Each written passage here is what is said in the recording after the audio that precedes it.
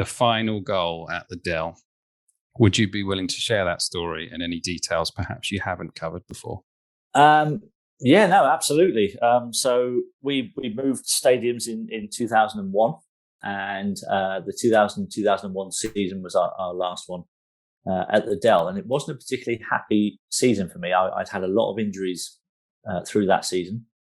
I think I'd scored one goal that season. It was in the League Cup, so I hadn't scored a Premier League goal the whole season. As I say, missed a lot of that season through injury. And getting towards the end, the excitement was starting to build. There was a big deal being made of, the last ever league game at the Dell. There were a couple of other games after that. There was a Jason Dodd testimonial and a friendly against Brighton. But the big one was the last ever league game.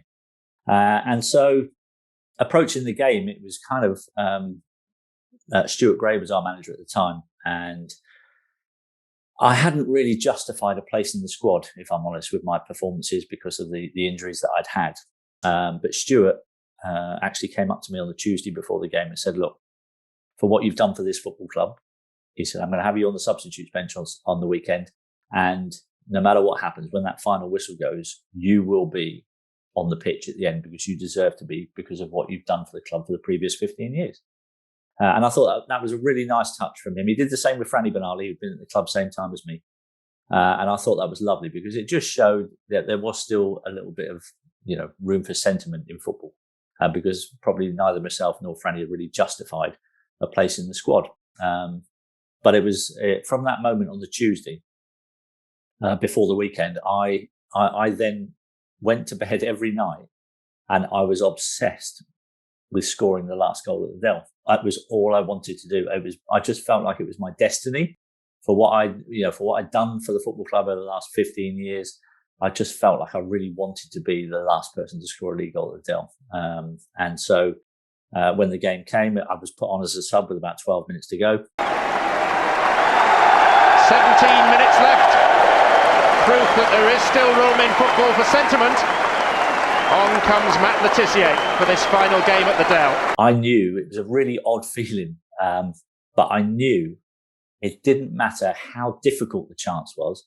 All I needed was a chance, because at that point I was so obsessed with scoring the goal that if a chance fell to me, I knew it was going to go in. And the chance did fall to me in the 88th minute. It was quite a difficult opportunity. It was a little bit behind me. It was on my weaker foot, on my left foot. I had to swivel on the half volley, hit this left foot shot. And as soon as the ball left my foot, I knew where it was going. Plus stoppage time. Here's Le Tissier! Who better to say farewell? It was the weirdest feeling. It was almost like it was happening in slow motion to me. And as soon as the ball hit my foot, I'd already started, as soon as it left my foot, I'd started turning away to celebrate because I knew that I'd struck it so beautifully and I knew where the goal was and I knew the goalkeeper couldn't get there.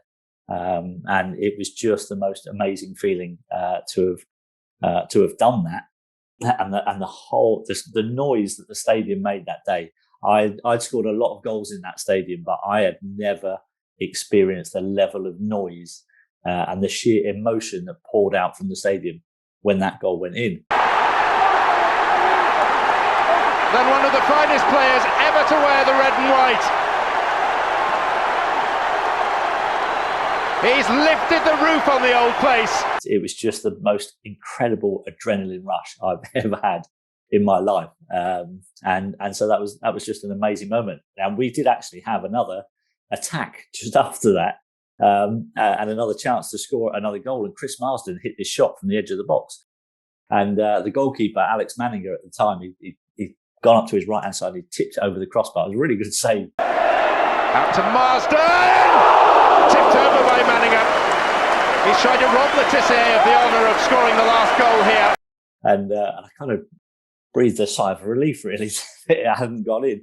And I almost wanted to go and give the goalie a cuddle and just go, "Thanks very much, mate." But I restrained myself and I went over to take the corner. And then as I'm going over there really slowly because I want the final whistle to blow quick. So I'm walking over really slowly with the ball, put the ball down. And as I put the ball down, I kind of looked up into the 18-yard box.